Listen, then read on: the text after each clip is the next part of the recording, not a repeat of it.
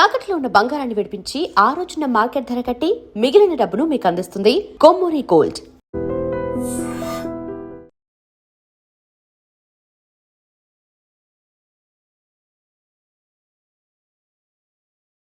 నమస్తే, welcome to I dream. నేను వలి. ప్రస్తుతం స్టూడియోలో నాతో పాటు ఉన్నారు హైకోర్టు అడ్వకేట్ ఉదయకాంత్ గారు. మంగ్లీ కేసు గురించి మనం మాట్లాడదాం ఈ వీడియోలో. నమస్తే సార్. నమస్కారం గారు. ఉదయకాంత్ గారు, మంగ్లీ మైక్రో ఫైనాన్స్ పేరుతో భారీ మోసానికి పాల్పడింది. బాధితులందరూ కూడా నిన్న లబోదిబ్బమంటున్నారు. మంగ్లీని చూసి మంగ్లీ పేరు చెప్పి డబ్బులు వసూలు చేశారు, మేము కోట్లలో నష్టపోయామని చెప్పి బాధితులు మాట్లాడుతూ ఉన్నారు. మంగ్లీ ఏం చెప్తోంది, ఈ అడ్వకేట్ సుబ్బు ఎవరైతే ఉన్నారో అతను ఫేమ్ కోసం పాకలాడుతున్న వ్యక్తి. మంగ్లీ పేరు చెప్తే ఆయనకేదో పేరు వస్తుందన్న ఉద్దేశంతో ఈ విధంగా డ్రామాలు ఆడుతూ ఉన్నాడు. అతను పచ్చి మోసకారంటూ ఆమె కూడా రివర్స్ కేసు పెట్టిన పరిస్థితుంది. ఈ కేసు మీరు కూడా చూస్తుంటారు, మీకేమర్థమైంది సార్? ఒక సినిమా చూసి నేను సంచిలో ఏమున్నది అంటున్నాను. కాకపోతే ఆ సినిమా ట్విస్ట్ ఏంటిదంటే, సంచిలో ఏమున్నది అనేది కాదు బాబు, ఇటు బీదర్ నుంచి ఇసుక తీసుకొని వస్తూ ఉంటాడు, ఇసుక తీసుకొచ్చి సంచిలో ఏముంది అంటూ ఉంటాడు. అయితే లాస్ట్కి అంటాడు, అసలు ఏముందిరా ఇందులో, నువ్వు ఎన్నిసార్లు వస్తున్నావు పోతున్నావు అని చెప్పంటే లాస్ట్ కాడు అంటాడు ఏంటంటే, దీంట్లో సంచిలో ఇసుకనే ఉన్నది, కాకపోతే మీరు ఏ రోజు కూడా అది ఆర్సీ ఉందా లేకపోతే ఇన్సూరెన్స్ ఉందా నీకు లైసెన్స్ ఉందా అని అడగలేదు, మీ ధ్యాస అంతా కూడా సంచిలో ఉన్నది అనేసి. అదొక సినిమా స్టోరీ. నీది ఎందుకు చెప్తున్నానంటే, మీడియా ఛానల్స్ ఇప్పుడు కేవలం మంగ్లీ చుట్టూ మరి దాని తర్వాత సుబ్బారావు అనే అడ్వకేట్ చుట్టూ తిరుగుతూ ఉన్నాయి, కానీ బాధితుల చుట్టూ ఎవరు కూడా మాట్లాడతలేరు. చూడండి, ఒక్కసారి సెలబ్రిటీస్కి ఏదైనా జరుగుతుంది, సెలబ్రిటీ స్టేటస్లో ఎవరికన్నా ఏమన్నా అయిందంటే మాత్రం ప్రజలందరూ కూడా దాని మీదనే దృష్టి సాధిస్తారు తప్ప అసలు నష్టపోయిన పేద ప్రజలు వాళ్ళ సంగతి ఏందనేది కూడా ఆలోచించరు. ఈ మెయిన్ ఇప్పుడు మంగ్లీ కేసులో కూడా జరుగుతున్నది అదే. సరే, ఇప్పుడు మనం ఏంటంటే, సరే బాధ్యత గల వ్యక్తులుగా సొసైటీలో ఉన్నాం కాబట్టి ఒక మెసేజ్ మన నుంచి వెళ్ళాలి కాబట్టి మనం మాట్లాడాల్సి వస్తూ ఉన్నది. Not in favour of Mangli, not in favour of Subbaraju. But ఒకటి ఏంటంటే, పబ్లిక్కి ఒక మెసేజ్ ఏమి ఇవ్వాలనుకుంటున్నానంటే, మైక్రో ఫైనాన్స్ కానీ లేదంటే కనుక ఇటువంటి ఇన్స్టెంట్ పెట్టుబడులతోని ఇమ్మీడియట్గా మీకు 1 year 1.5 yearల డబ్బులు మల్టిప్లై అయితే అని చెప్పేసి ఎవరైతే మన దగ్గర ప్రపోజల్స్ తీసుకొస్తే వాటిని నమ్మొద్దు. ఒకటి సార్, ఇప్పుడు ఇవాళ రేపు మనం ఆశపడితే మనకే నష్టం. అత్యాశ, ఆశపడితే నష్టం లేదు, ఇది అత్యాశ అంటారు. 5 రూపాయల వడ్డీ ఎవరు ఇస్తారు సార్? ఇవాళ రేపు 2 రూపాయల వడ్డీ ఇచ్చడం మహా ఎక్కువ.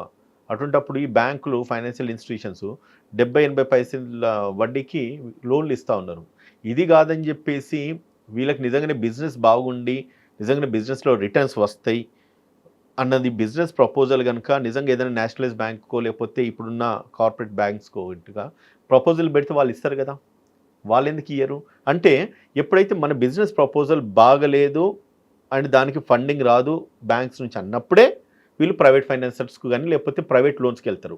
అటువంటప్పుడు ఆ లోన్స్కి వెళ్ళిన తర్వాత వాళ్ళకి ఏం అవసరం లేదు, అంటే వాళ్ళకి అధిక వడ్డీ ఆశ చూంచితే ఖచ్చితంగా డబ్బులు పెడతారు. కేవలం ఒక కర్నూలులో ఇవాళ జరిగింది ఏంటంటే, ఒక 100 మెంబర్స్కి సుమారుగా 10 కోట్లు 9.5-10 crores రూపీస్ ఇన్వెస్ట్ చేసిండ్రని చెప్పి ఒక న్యూస్ బయటకు వచ్చింది. అంటే 5 రూపాయలు 4 రూపాయల వడ్డీకి వడ్డిస్తారు అని చెప్పేసి అంటే ప్రజలు ఎట్లా నమ్ముతా ఉన్నారు? ఫస్ట్ మనం ఆలోచించాల్సింది అది. ఈ మంగ్లీ చేసిందా లేదంటే కనుక సుబ్బరాజ్ అడ్వకేట్కు అన్యాయం జరిగిందా లేకపోతే మంగ్లీ బ్రదర్స్ చేసినారా అనేది దట్ ఈస్ డిఫరెంట్. ఇంకో వేరే కోణంలో ఆలోచించాలి. కానీ పబ్లిక్ ఎందుకు డబ్బులు పెడతా ఉన్నారు? నిజంగానే 4-5 రూపాయల వడ్డీలు ఇచ్చేటి ఏ సంస్థనన్నా నిలబడ్డాయి ఏ ఒక్క ఆర్గనైజేషన్ పేరు చెప్పండి సార్. మీరు ఎనీ ప్రైవేట్ ఇన్స్టిట్యూషన్స్ కానీ, మైక్రో ఫైనాన్స్ కానీ, ఎనీ ఇన్వెస్టర్ కానీ, ఎనీ రియల్ ఎస్టేట్స్ కానీ, ఎనీ కన్స్ట్రక్షన్ కంపెనీస్ కానీ, ప్లాట్లు అమ్మేటోళ్ళు కానీ, ఎక్కడికైనా వెళ్ళండి మీరు 5 రూపాయల వడ్డీ ఇచ్చి బిజినెస్ చేసేటోళ్ళు ఎవరు ఉన్నారా? మ్యాక్సిమం మన సినిమా ఫైనాన్స్లు చూస్తూ ఉంటాం. సినిమాలలో ఇచ్చేటోళ్ళకి ఇటువంటి 5 రూపీస్ ఇంట్రెస్ట్లు, 10 రూపీస్ ఇంట్రెస్ట్లు వర్కౌట్ అయితే అని చెప్పేసి ఆశ కొందరు డబ్బులు ఇస్తూ ఉంటారు, కొందరు తీసుకుంటూ ఉంటారు. సినిమా ప్రొడ్యూసర్స్ తగిలితే లక్ తగిలిందంటే ఎక్కడికో వెళ్ళిపోతుంది. ఒకవేళ లక్ కనుక సహకరించలేదంటే కనుక వాళ్ళు కొలాప్స్ అయిపోతే వాళ్ళతో పాటు ఇటువంటి పేద ఇన్వెస్టర్స్, రియల్ టైం అంటే డౌన్ ట్రేడెడ్ ఇన్వెస్టర్స్ ఎవరైతే ఉన్నారో అత్యాశ అంటే అధిక వడ్డీలకు ఆశపడి పెట్టేవాళ్ళు మాత్రము నాశనం అయిపోతారు. మోర్ పర్టికులర్గా ఇది ఒక క్లాసిక్ ఎగ్జాంపుల్. మళ్ళొక కేసు బయటకు వచ్చింది. సో కాబట్టి నేను ఇదివరకు కూడా ఒక కేసు చూసిన, ప్రియాంక ఎంటర్ప్రైజెస్ అని చెప్పేసి ఒకతను వాళ్ళ వైఫ్ ఏమో బ్యాంకులో ఎంప్లాయ్ ఉండేది, హస్బెండ్ ఏమో ప్రైవేటు ఫైనాన్స్లు తీసుకొని వివిధ ఏరియాలలో బిజినెస్ చేస్తాడు ఆయన. ఈమె బ్యాంక్ ఎంప్లాయ్ అయి ఉండి ఏం చేసేదంటే వచ్చే ఇన్వెస్టర్స్ అందరికి కూడా మన దగ్గర మీరు బ్యాంకులో పెడితే మీకు 12-13% పరాణం వడ్డీ వస్తుంది కదా, ఇట్లా కాదు మా కంపెనీలో పెడితే కనుక మీకు నెలకు ₹2 వడ్డీ ఇప్పిస్తాము, నా బర్త్డే కంపెనీ అని చెప్పి ఆ ప్రియాంక ఎంటర్ప్రైజెస్ అనే సంస్థకి, అది ప్రైవేట్ ఇన్స్టిట్యూషన్, అది కూడా దానికి ఇదేం లేదు, వాళ్ళు డబ్బులు పెడతండి. నేను సుమారుగా నేను చేసింది 500, నేను ప్రాక్టికల్ చేసిన కేసు ఇది, ఏం చేయలేని పరిస్థితి. 500 మెంబర్స్ ఇన్వెస్టర్స్, 200 కోట్ల ఫ్రాడు. వాడు ఒక్క వ్యక్తి ఐపీ పెట్టేసిండు. ఐపీ పెడితే పోలీసు మళ్ళీ చట్టంలో ఉన్న విసులుబాటు ఏంటంటే ఒక్కసారి ఐపీ పెడితే మళ్ళీ ఎవడు వాని జోలికి పోవద్దు, డబ్బులు అడగద్దు. ఐపీ అంటే ఇన్సాల్వెన్స్ పిటిషన్. అది ఎక్కడ పెడతారంటే ఒక వ్యక్తి తన అప్పులు, తనకున్న ఆస్తి కంటే అప్పులు ఎక్కువ ఉంటే కనుక తను డిక్లేర్ చేయాలి కోర్టుకి, నా దగ్గర ఆస్తులు తక్కువ ఉన్నాయి, నా అప్పులు ఎక్కువ ఉన్నాయి, కాబట్టి నేను ఇన్సాల్వెంట్ కింద నన్ను డిక్లేర్ చేయండి, నా మీదకి అప్పులు వస్తూ ఉన్నారు, నేను ఇట్లా జనాలను ముంచి 200 కోట్లు సంపాదించుకున్నా, దాచిపెట్టుకున్నా, అవి నేను బయటికి తీయడానికి లేదు, నా దగ్గర లేవని చెప్పి అంటే ఎవడు కూడా సరే ఐపీ పెట్టాడు, ఎవడు కూడా నిజంగా పెట్టరు, చాలా తక్కువ మినిమం అమౌంట్స్లో అయితే పెడతారు. కోట్ల రూపాయలు ఐపీ పెడుతున్నట్టు వాడు ప్లాన్డ్గానే పక్కడ్బందీగా డబ్బులు వసూలు చేసుకొని దాన్ని డైవర్ట్ చేసి వాళ్ళ బెనామీ పేర్ల మీద ఆస్తులు కూడా పెట్టుకొని ఐపీ పెట్టేసి కోర్టు నుంచి పర్మిషన్, నా పేరు మీద ఏం ఆస్తులు లేవు, వాళ్ళు కనబడేది ఏంది, రికార్డ్ కోర్టు ఏం చూస్తుంది, రికార్డు చూస్తుంది, ఈ వ్యక్తి పేరు మీద ఎటువంటి ఆస్తులు లేవు అండ్ ఈ వ్యక్తి పేరు మీద అప్పులే ఉన్నాయి, గత 6 నెలల నుంచి ఎటువంటి ఫైనాన్షియల్ ట్రాన్సాక్షన్స్ ఎక్కడ జరగలేదు, సో కాబట్టి ఈయన దగ్గర డబ్బులు లేవు, కాబట్టి ఈయన ఇన్సాల్వెంట్ డిక్లేర్ చేయడానికి అని చెప్పి అట్లీస్ట్ టైం తీసుకుంటాం, మళ్ళీ వాళ్ళకి నోటీసెస్ వెళ్తాయి, వాళ్ళు వచ్చేసి వాళ్ళు ఒక ప్లీ చెప్తారు కోర్టులో, దాని తర్వాత లేటర్ ఆన్ డిక్లేర్ చేస్తారు. బట్ ఇమీడియట్గా నోటీస్ ఇచ్చిన ప్రాసెస్లో కూడా వీళ్ళని మనము హరాస్ చేయడానికి కానీ ఇంటికి పోవడానికి లేదు. దాంట్లో కూడా ఒక విషయం చెప్తా, ఇట్లా ఐపీ పెట్టేటోళ్ళను కోర్టు ఎట్లా ప్రొటెక్ట్ చేస్తాయి అంటే ఎటువంటి చర్యలు వాళ్ళ మీద తీసుకోవద్దు, వాళ్ళ ఇంటికి దౌర్జన్యంగా వెళ్ళొద్దు, వాళ్ళని మనం డబ్బులు అడగొద్దు, ఫోన్లు చేసి కూడా వాళ్ళని అడగొద్దు, వాళ్ళని హరాస్ చేయొద్దు, వాళ్ళకి రేపు ఏమైనా కూడా మీరే బాధ్యత వహించాలి. అప్లోడ్ వీళ్ళేమో కోట్ల రూపాయలు, లక్షల రూపాయలు డబ్బులు ఇస్తారు, ఐపీ పెట్టుకున్నకేమో పోలీసులు ప్రొటెక్షన్ ఇస్తారు. అటువంటి సమాజంలో మనం ఉన్నాం. ఆ ప్రియాంక ఎంటర్ప్రైజెస్లో ఇట్లనే ముసలోళ్ళంతా కూడా సార్ వాళ్ళకి మందులకు కూడా డబ్బులు లేని పరిస్థితి ఈరోజు. వీడేమో 100 కోట్లు వెనకేసుకున్నాడు, అక్కడ తీరా చూస్తేనేమో వీళ్ళ బ్రతకడానికి కనీసము ఆధారం లేదు. ₹2 ఇంట్రెస్ట్ వస్తుందంటే ఏం చేస్తారు, బ్యాంకులో పెట్టే డబ్బులు ఇటు డైవర్ట్ చేస్తే మనకు ఇంకో ₹2 ఎక్కువ వస్తాయి కదా, రేపు మేము రిటైర్ అయిపోతే మాకు 60,000కి బ్యాంకులు వేస్తేనేమో సుమారుగా ₹1,00,000 బ్యాంకులు వేస్తే సుమారుగా 700-800 వస్తాయి, ఇక్కడైతే 2,000 వస్తాయి కదా అన్న ఆలోచనతో అత్యాశ అంటాం, దీన్ని గ్రీడీనెస్ అంటాము, అనకూడదు. కానీ నేను చెప్తున్నా, పబ్లిక్లకు ఉన్న గ్రీడీనెస్, అత్యాశ ఏదైతే ఉన్నదో దాన్ని ఇటువంటి వాళ్ళంతా కూడా క్యాష్ చేసుకుంటారు ఈ మైక్రో ఫైనాన్స్లు. ఇక్కడ మంగ్లీ చేసిందా, మంగ్లీ వల్ల చుట్టాలు చేసినారా, లేకపోతే సుబ్బరాజ్ అనే అడ్వకేట్ పొరపాటు ఏమైనా ఉన్నది అన్నది ఫర్దర్ టైమింగ్ పక్కన పెడదాం, will go in to the deep discussion once again. But first ఇన్స్టెన్స్లో మెసేజ్ వెళ్ళాలి కాబట్టి నేను ఏం చెప్తానంటే, ఇటువంటి మైక్రో అండ్ ఫైనాన్స్లు కానీ లేకపోతే ఈ డైలీ ఫైనాన్స్లు గిరిగిరి అని అంటాము, ₹100 డైలీ వసూలు చేసుకున్నాడు, మళ్ళీ దాంతో ఈ లోన్ యాప్స్ అని చెప్పేసి వాడు ఏదో మెసేజ్ వస్తుంది నీకు 10,000 లేకపోతే 5,000 వస్తాయని చెప్తాడు, వాడు సరే అని చెప్పి కొట్టంగానే ఈయన అకౌంట్కు డబ్బులు వచ్చేస్తాయి. వాడు కనుక డబ్బులు టైం కట్టకపోతే వానికి నరకం చూంచుతూ ఉంటారు వీళ్ళు. వాళ్ళకు ఫోన్ చేయడం, వాళ్ళ బంధువులకు చేయడం, వాళ్ళ చుట్టాలకు ఫోన్ చేయడం, వాడిని అమ్మనాబూతులు తిట్టడం, ఇటువంటి చాలా కంప్లైంట్స్ నేను చూస్తూ ఉన్నాను. సో ఇవన్నీ కూడా జరుగుతూ ఉన్నాయి. లోన్ యాప్స్కు మీరు తొందరపడి లోన్ యాప్స్ తీసుకోకండి, అధిక వడ్డీకి ఆశపడి ఎవరి దగ్గర మీరు పెట్టుబడి పెట్టకండి. ఇవన్నీ కూడా కలరింగ్స్ అన్నట్టు అట్రాక్షన్స్. వీళ్ళు కూడా ఏం చేస్తారంటే సార్, వన్స్ ఒక కామన్ మ్యాన్ ఉంటాడు, ఆర్డినరీ మ్యాన్, వాడు ఉన్న పనికి ఒకేసారి ఫార్చునర్ కారు లేకపోతే బెంజ్ కార్లు, చుట్టూ 4 జనాలు, స్టార్ హోటళ్ళ పార్టీలు, ప్రోగ్రామ్స్ ఇవన్నీ పెట్టేసరికి చూస్తుంటే ఎట్లుంటుంది, అరే నిన్న మొన్నటి దాకా ఆడు బైక్ మీద తిరిగినోడు ఇవాళ ఫార్చునర్ కార్లో తిరుగుతున్నంటే ఏదో మంచిగానే చేస్తుండు.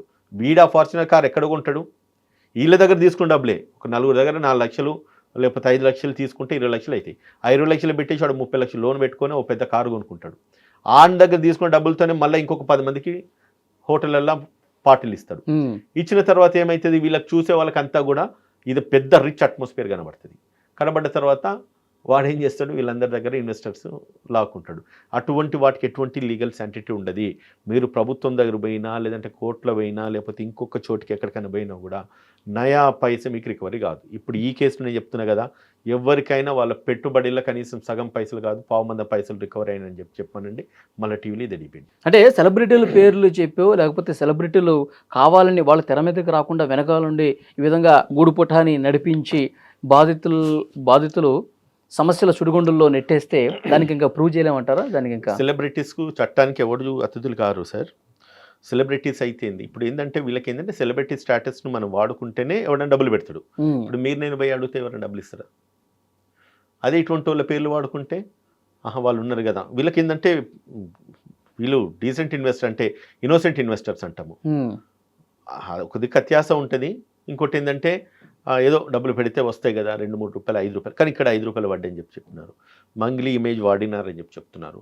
వాళ్ళ తమ్ముడిని లేకపోతే ఇంకోటి అని చెప్తా ఉన్నారు. ఆమెతో మీటింగ్స్ పెట్టినారు, ఆమెను ప్రోగ్రామ్స్కి ఇన్వైట్ చేసినని చెప్తా ఉన్నారు. ఇవన్నీ ఎంత మటుకు నిజం అబద్ధం మనకు తెలియదు. ఇప్పుడు ఏదైతే స్పెక్యులేషన్స్ బయటకు వస్తున్నాయో మీడియా ఛానల్ మనం చూస్తున్న దాన్ని బట్టి మాట్లాడుకొస్తే ఇటువంటి జరిగినాయి అని చెప్తా ఉన్నారు. నిజంగానే ఒకవేళ మంగ్లీ ఇన్వాల్వ్ అయిన ఉన్నారు అని ఇట్లంటే కనుక కొందరు పెట్టేటోడు ఇద్దరు కంటే 10 మంది నమ్ముతారు. అక్కడ 10 మంది అంటే మన జనాలు ఏంటిది, మనం గొర్రెలు అంటాం కదా, ఒక గొర్రె దునికిందంటే మిగతా అందరు దునుకుతారు అన్నట్టుగా. ఇటువంటి ఇన్వెస్ట్మెంట్ల కాడ ఒక వ్యక్తి పెట్టిండంటే దాన్ని చూసి ఇంకో 2-3 పెడతారు. వాళ్ళకి ఏమవుతుంది, ఫస్ట్ ఇనీషియల్గా ఒకటి గుర్తుపెట్టుకోండి సార్, ఎప్పుడే కానీ పెడితే 5 నెలలు 6 నెలలు వాడు ప్రాంప్ట్గా డబ్బులు కడతాడు. ఆ డబ్బులు ఎక్కడికి వెళ్ళి కడతాడు, ఇంట్రెస్ట్ వీని డబ్బుల నుంచో కడతాడు. 2 రూపాయల వడ్డీ, 1,00,000 రూపాయలు వసూలు చేసిండు. 5 నుంచి 6 నెలలు ఎంత అయింది, 12,000. 1,00,000 రూపాయలలో 88,000 వీడు పక్కకు పెట్టుకుంటాడు, 12,000 కట్టేస్తాడు. నమ్మకం పెరుగుతుంది. నమ్మకం పెరిగిన తర్వాత వీడేమంటాడు, చుట్టుపక్కల 4 దోస్తులు చెప్పుకోవడం మొదలు పెడతాడు. నువ్వు కూడా పెట్టుబడి పెట్టురా, వాళ్ళు పెడతారు. ఇంకా ఏం చేస్తారు, వీళ్ళ కమిషన్స్ మళ్ళీ ఎవరైనా ఇన్వెస్టర్స్ తీసుకొస్తే మీకు ఆ ఇన్వెస్ట్మెంట్ మీద 2%, 3%, 5% కమిషన్ కూడా ఇస్తా అంటారు. అంటే it's like A chain system. ఇదివరకు మనకు మల్టీ లెవెల్ మార్కెటింగ్ వచ్చింది. నువ్వు ఒక్కరిని ఒకరు ముగ్గురిని చేస్తారు, ఆ ముగ్గురు ఇంకొక ముగ్గురిని చేస్తారు, లేకపోతే 4 చేస్తారు అని చెప్పి ఇప్పుడు కొన్ని ప్రోడక్ట్స్ అమ్మడం కానీ, లేకపోతే డబ్బులు ఇన్వెస్ట్ చేయించిన వాళ్ళకి కొన్ని గిఫ్ట్స్ ఇవ్వడం కానీ, ఇటువంటి చేయడం వల్ల టైమ్ అండ్ అగైన్ అంటే పబ్లిక్ని మోసం చేయడానికి వీళ్ళు ఒక మంచి ప్లాట్ఫామ్ ఎంచుకుంటా ఉన్నారు. అత్యాస చూంచేసి అటువంటి ఏది నమ్మద్దు సార్. అదే కనుక అవకాశాలు ఉంటే ఒక మాట చెప్తున్నా, గవర్నమెంట్ నేషనలైజ్ బ్యాంక్స్ ఎందుకు ఇస్తలేరు, వేర్ దిస్ ఎ పాసిబిలిటీ. ఇప్పుడు బ్యాంక్స్ ఏం చేస్తాయి, వాళ్ళు డబ్బులు డిపాజిట్ చేసుకుంటారు, 1,00,000 రూపాయలు డిపాజిట్ చేసుకుంటారు. ఆ డిపాజిటర్కి 6% ఇంట్రెస్ట్ ఇస్తారు. ఎవరికైతే లోన్ ఇస్తారో వాళ్ళకి ఒక 1% ఆర్ 1.25% ఎక్కువ చేసిస్తారు. అంటే 7.25% లెక్కన ఎక్కువ చేసిస్తారు. ఎందుకు ఇస్తారు అదంటే అక్కడ పాసిబిలిటీ ఫీజిబిలిటీ ఉన్నది. అండ్ ఎప్పుడే కానీ ఏ బ్యాంకే కానీ మనం వెళ్ళి డిపాజిట్ చేసినా కానీ, లోన్ తీసుకునేటప్పుడు కానీ బ్యాంక్స్ కొలెటరల్ సెక్యూరిటీ చూస్తారు, ఆ వ్యక్తి యొక్క ఫైనాన్షియల్ క్రెడిబిలిటీ వర్దినెస్ చూస్తారు. అండ్ ఈయన చేస్తున్న బిజినెస్ దేనికి చేస్తూ ఉన్నాడు అనేది అది కూడా చూస్తారు. అది చూసి ప్రాపర్గా అన్నీ అర్థమైతేనే, అన్నిటికీ వాళ్ళు సాటిస్ఫై అయితేనే లోన్ ఇస్తారు. ఇటువంటి సమాజంలో పబ్లిక్ మనీని ఇంత సెక్యూర్ చేస్తున్న సొసైటీలో మనం ఉంటూ బ్రతుకుతూ మనం ఇంకొక ట్రాప్లో పడిపోయేసి, నీకు 5 రూపాయల వడ్డీ ఒక 6 నెలలు వచ్చింది, 8 నెలలు వచ్చింది, 10 నెలలు వచ్చినా కూడా మిగతా 50% అమౌంట్కి గ్యారంటీ లేదు, సెక్యూరిటీ లేదు. ఇక్కడ కూడా ఇంతమంది ట్రాప్ గార్డెన్ కూడా రీజను. ఇంకొకటి సార్, ఇప్పుడు అడ్వకేట్ సుబ్బారావు మీద నిన్న పంజగుట్ట పోలీస్ స్టేషన్లో ఏం జరిగిందో మీరు కూడా చూశారు. ఆయన పోలీస్ స్టేషన్కి వెళ్తే తాగొచ్చావని చెప్పి బ్రీత్ అనలైజర్తో టెస్ట్ చేయించడం, అక్కడ నానా గందరగోళం చేయడం, కావాలని మంగ్లీకి అనుకూలంగా కొంతమంది అధికారులు కూడా వ్యవహరిస్తున్నట్టుగా ఇది ఒక డ్రామా లాగా అడ్వకేట్ సుబ్బారావు కూడా చెప్తా ఉన్నారు. నేను ఆ పోలీస్ స్టేషన్లో జరిగిన ఇష్యూని ఒక అడ్వకేట్గా ఎట్లా చూస్తారు? అడ్వకేట్ సుబ్బరాజ్ అని పేరు. సుబ్బారావు కేసు విషయానికి వస్తే ఆయన రోల్ ఏంటిది అనేది ఇక్కడ తెలుసుకోవాలి. ఎవరైతే బాధితులు ఉన్నారో బాధితులందరి తరఫున ఈయన వకాలత్ తీసుకున్నాడు. మంగ్లీ బ్రదర్స్ అండ్ ఆమెకి రిలేటెడ్ పీపుల్ ఇందులో ఇన్వాల్వ్ అయి ఉన్నారు అనేది ఆయన ఒక కంప్లైంట్. ఎటు నుంచి వచ్చింది ఇన్ఫర్మేషన్ అంటే బాధితుల నుంచి వచ్చింది. బాధితులు ఎప్పుడైతే అన్యాయం అయిపోతారో ఒకరికో 10 మంది 20 మంది గ్రూప్ ఆఫ్ పీపుల్ వచ్చేసి న్యాయం గురించి అని చెప్పి పోలీస్ స్టేషన్కి వెళ్ళడము, లేదంటే కనుక ఒక అడ్వకేట్ హెల్ప్ తీసుకొని పోలీస్ స్టేషన్ ఆశ్రయించడం.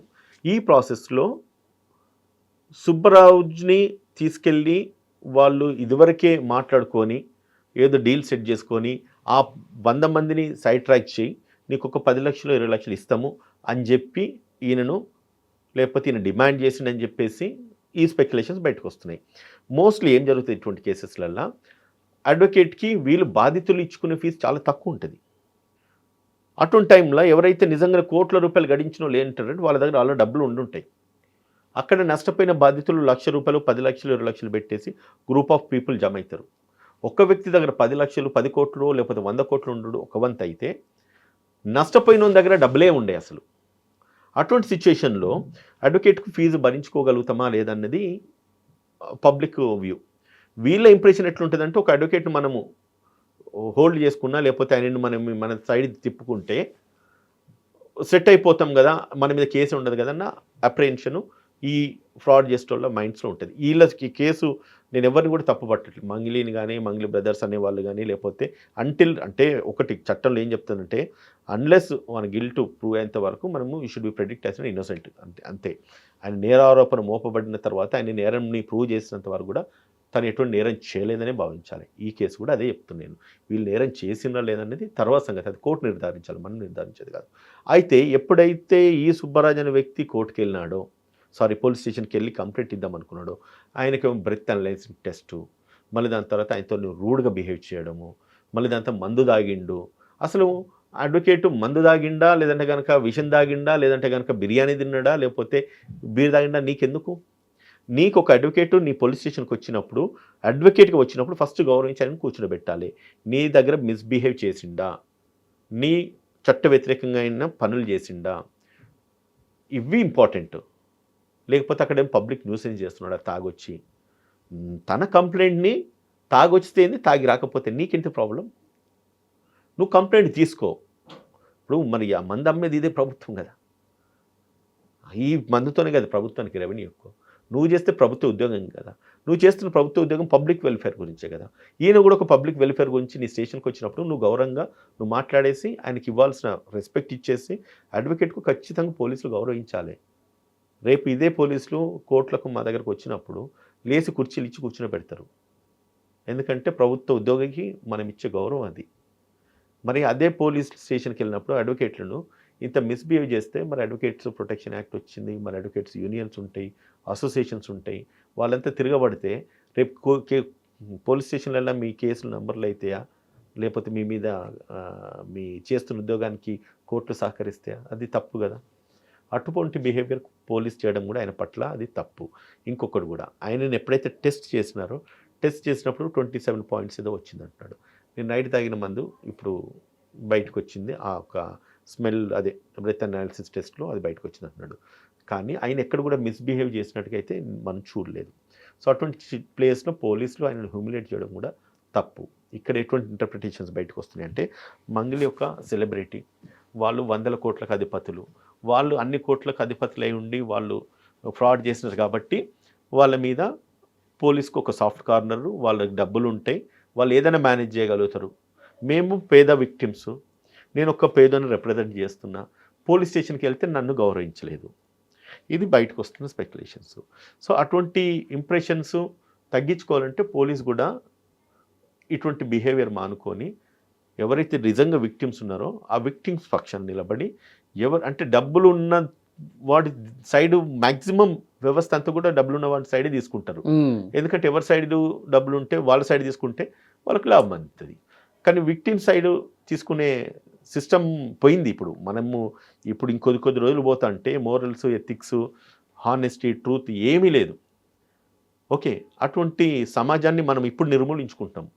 ఇదివరకు ఉండే కొన్ని ఎథిక్స్, మోరల్స్ ఉండే, ఇప్పుడు అటువంటి సిస్టమ్ లేదు. ఇంకా పోను మనం ఇంకెటువంటి దౌర్భాగ్య స్థితిలోకి వెళ్ళిపోతామో తెలియదు. నెక్స్ట్ మన పిల్లల జనరేషన్స్, నెక్స్ట్ మన జనరేషన్స్ ఎట్లుంటుందో తెలియదు. ఈరోజు మనం ఏదైతే బిహేవ్ చేస్తున్నామో, ఒక అధికారిగా నువ్వు బిహేవ్ చేస్తున్నావు, రేపు నీ పిల్లలు, నెక్స్ట్ నీ జనరేషన్ నువ్వు ప్రాపర్గా కనుక ఈ సిస్టమ్ను మనం కన్స్ట్రక్ట్ చేసి వదిలేస్తే సమాజం మంచిగా ఉంటుంది. లేదంటే కనుక నువ్వు డిస్ట్రాక్ట్ చేస్తున్న సమాజాన్ని అదే వ్యాపించగలిగితే, అదే వ్యాపిస్తే రేపు నీ నెక్స్ట్ జనరేషన్ కూడా అది ఎఫెక్ట్ అవుతుంది. ఇప్పుడు ఈయనే పోలీస్ స్టేషన్ పోయిండు, వాళ్ళు బాధితులు, రేపు ఇంకొక బాధితులు తయారవుతారు. ఆ బాధితులలో ఈ పోలీసు వాళ్ళ పిల్లలు లేకపోతే తమ్ముళ్ళు, అన్నలో ఏదో పోలీస్ స్టేషన్ పోవాల్సి వస్తుంది. అక్కడ నష్టపోయేదే కదా. అంటే ఏదైతే మనం ఇక్కడ నేర్పిస్తున్నామో అది అక్కడే మళ్ళీ ఒక చోట రిఫ్లెక్ట్ అవుతుంది. సో కాబట్టి పోలీసులు న్యాయవాదుల పక్షాన అడ్వకేట్ బయాస్డ్, నేను నో ప్రాబ్లం అంటే అందులో ఎటువంటి సందేశం డౌట్ లేదు. నేనేమంటున్నానంటే అటువంటి సిచ్యుయేషన్స్ వచ్చినప్పుడు he has to respect him and you should honour him. Complaint ఇచ్చిన కంప్లైంట్ తీసుకో, ఎఫ్ఐఆర్ చేయి, ఎంక్వైరీ చేయి, కోర్టులో ఛార్జ్ షీట్ అయ్యి. To that extent police duty. అంతేగాని బ్రెత్ అనలైజ్ టెస్ట్ పెట్టేసి నువ్వు తాగి ఉన్నావు, నువ్వు రావడానికి లేదు, మరి తాగి ఏం ప్రూవ్ అయింది? నువ్వు తాగి మినిమం తాగి ఉన్నావు, లేకపోతే మ్యాక్సిమం ఏం తాగి ఉన్నది ప్రూవ్ అయింది? మినిమం ఆల్కహాల్ కంటెంట్ 35 పాయింట్స్ ఏదో ఉండాలి, 27 పాయింట్ అయింది. ఒక అడ్వకేట్ పరువు తీసినట్టు అయింది. సేమ్ టైము నువ్వు మిస్బిహేవ్ చేసినట్టు కూడా ఎస్టాబ్లిష్ అయింది. ఓకే, అది పబ్లిక్ చూస్తూ ఉండండి, మీడియా ఛానల్స్ అన్నీ ఉన్నాయి. సో అక్కడ కూడా పోలీస్ ఫెయిల్ అయినట్టే కదా. వన్స్ విక్టిమ్ సైడ్ నుంచి కంప్లైంట్ తీసుకొని విక్టిమ్కు సపోర్ట్ చేసేది, అక్కడ ఫెయిల్ అయినరు. అక్కడ డబ్బున్న మంగ్లీ అండ్ వాళ్ళ ఒక సెలబ్రిటీ స్టేటస్కు సపోర్ట్ చేస్తున్నారన్న ఒక రాంగ్ ప్రాపగండా పబ్లిక్లోకి వచ్చినాక పోలీస్ అక్కడ ఫెయిల్ అయినరు. మళ్ళీ దాని తర్వాత ఒక అడ్వకేట్ పట్ల మిస్బిహేవ్ చేసినారని పోలీస్ ఇక్కడ ఫెయిల్ అయినరు. ఎండ్ ఆఫ్ ద డే డబ్బులు ఉన్న వాళ్ళకు వత్తాసు పలుకుతుంది వ్యవస్థ అన్నదాన్ని మళ్ళీ ఒకసారి నిరూపించినట్టు అయింది ఇక్కడ. రైట్. సో ఇది జరిగింది ఇక్కడ. చాలా బాగా చెప్పారు అడ్వకేట్ ఉదయకాంత్ గారు. Thank you sir.